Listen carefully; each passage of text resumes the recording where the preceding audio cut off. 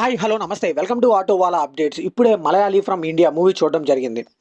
ఈ movie 2 hours 30 minutes run టైమ్తో already మలయాళంలో థియేటర్లో రిలీజ్ అయిందండి. ఇప్పుడు తెలుగులో సోనీ రివ్యూలో కూడా స్ట్రీమ్ అవుతుంది. యాక్చువల్గా ఈ మూవీకి అయితే థియేటర్లో రిలీజ్ అయినప్పుడు కొంచెం మిక్స్డ్ రివ్యూస్ అయితే వచ్చాయండి. నేనైతే హీరో నవీన్ పౌలి గారు కాబట్టి ఆయన కంటెంట్ అయితే చాలా బాగుంటుంది అనుకున్నాను. ఈ మూవీ చూసాక నా ఎక్స్పీరియన్స్ చెప్పాలంటే జస్ట్ వన్ టైం వాచ్బుల్ అంతేనండి. అది కూడా సెకండ్ హాఫ్లో ఫ్రెండ్షిప్ టేల్ గురించి అండ్ క్లైమాక్స్లో వచ్చే ఎమోషన్స్ గురించి. ఓన్లీ సెకండ్ హాఫ్ చూడడానికి అయితే చూడొచ్చండి. ఫస్ట్ హాఫ్ అయితే ఏది పడితే అది తీసేశారు, అసలు ఏం రాసుకోలేదు అనుకుంటా ఫస్ట్ హాఫ్లో.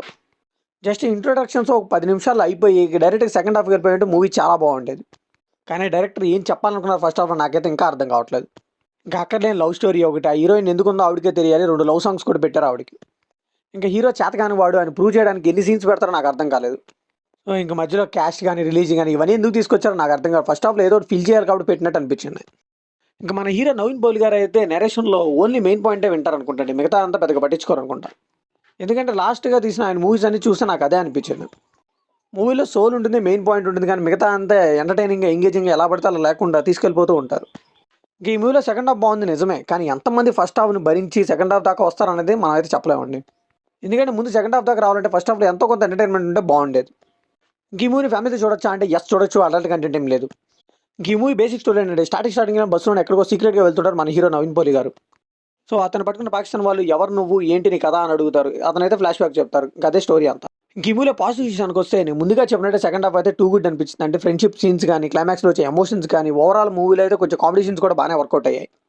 ఇంకా నవీన్ పౌలి గారి యాక్టింగ్ అయితే క్లైమాక్స్లో ఏడిపించేస్తుందని చెప్పాలి. ఇంకా బ్యాక్గ్రౌండ్ మ్యూజిక్ కానీ సెకండ్ హాఫ్లో ఎస్పెషల్లీ సినిమాటోగ్రఫీ కూడా చాలా బాగుందండి. ఇంక ఈ మూవీలో నెగిటివ్స్ విషయానికి వస్తే ఫస్ట్ హాఫ్ అంతా నెగిటివ్ అనే చెప్పాలండి. ఎందుకంటే స్టార్టింగ్ ఒక 10 మినిట్స్ నుంచి తర్వాత డైరెక్ట్గా సెకండ్ హాఫ్ తీసుకెళ్ళిపోయిన పాయింట్ చాలా బాగుండేది. ఫస్ట్ హాఫ్ అంతా కూడా ట్రిమ్ చేయొచ్చు, వేస్ట్ అని చెప్పాలి. సో ఇంక డైరెక్ట్గా మనం స్కిప్ చేసేసి సెకండ్ హాఫ్ చూసేయచ్చండి. ఇంకా కొన్ని సీరియస్ సిచ్యువేషన్స్లో కూడా కామెడీ చేయడం వల్ల ఆ సీన్స్లో అయితే ఆ సీరియస్నెస్ పోయి ఇంపాక్ట్ లేకుండా పోయాయి. ఇంకా దీనికి తోడు అన్నసరీ లవ్ స్టోరీ ఒకటి అండ్ రన్ టైం కూడా కొంచెం మైనస్ అనే చెప్పాలి ఈ మూవీకి. సో ఫైనల్గా ఈ మూవీకి మనం ఇచ్చే వర్డిక్ట్ ఏంటంటే ఈజీగా మనం సెకండ్ హాఫ్ కోసం అయితే ఒకసారి ట్రై చేయొచ్చండి. అది కూడా నవీన్ పౌలి గారి యాక్టింగ్ అయితే బాగుంటుంది క్లైమాక్స్లో. ఇంకా ఆ ఫస్ట్ హాఫ్ని భరించి సెకండ్ హాఫ్ చూస్తానంటే మాత్రం ఈ మూవీ ట్రై చేయండి, ఓటీటీనే కాబట్టి. సో ఇది కంప్లీట్లీ నా ఒపీనియన్ మాత్రం. మరి ఈ మూవీ మీకు అనిపించిన కామెంట్లో షేర్ చేసుకోండి, లైక్ చేయండి, షేర్ చేయండి, వెళ్ళే ముందు సబ్స్క్రైబ్ చేసుకోండి.